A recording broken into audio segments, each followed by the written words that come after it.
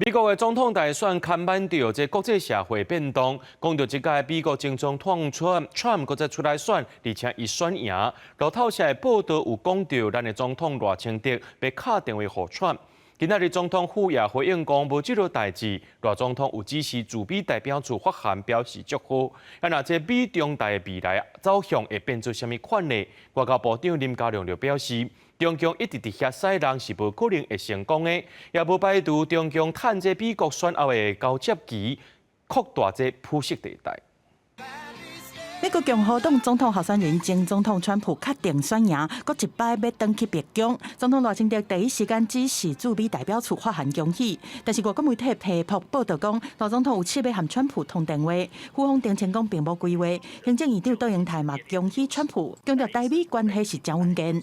到目前为止，并没有规划另外再致电去表达祝贺之意。恭贺已经当选的川普总统跟川普总统能够继续带领美国跟民主伙伴国家一起稳定整个世界的和平稳定。因为川普顶摆就任伫第一时间内就和前总统蔡英文通话，赖川未来敢会通话也是见面，若是引起立委的关注，更较关心外交部国安高层，敢已经和川普的重要幕僚接触。外交部长林佳龙强调讲，长期以来拢有对政策交换意见。未来会不会尝试？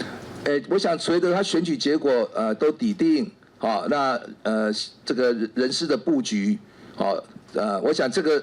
沟通的管道是有的。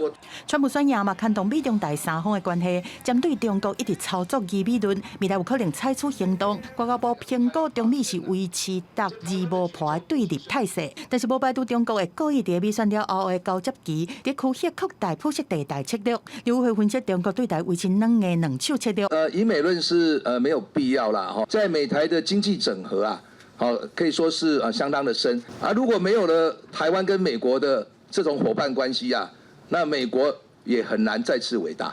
这几年看下来，美国的对台政策跟对中政策其实是相对稳定的，在未来可见的一段时间里面，不至于有太大的变化。针对川普发出互美国各一摆来伟大，林佳龙强调袂当无台湾。另外，美国国会挺台的力量真强。林佳龙讲，参议院这摆有30几个友台小组的成员，9个面对改选已经有6个连任。在众议院的部分嘛是同款，4个共同主席拢已经顺利连任。记者综合报道。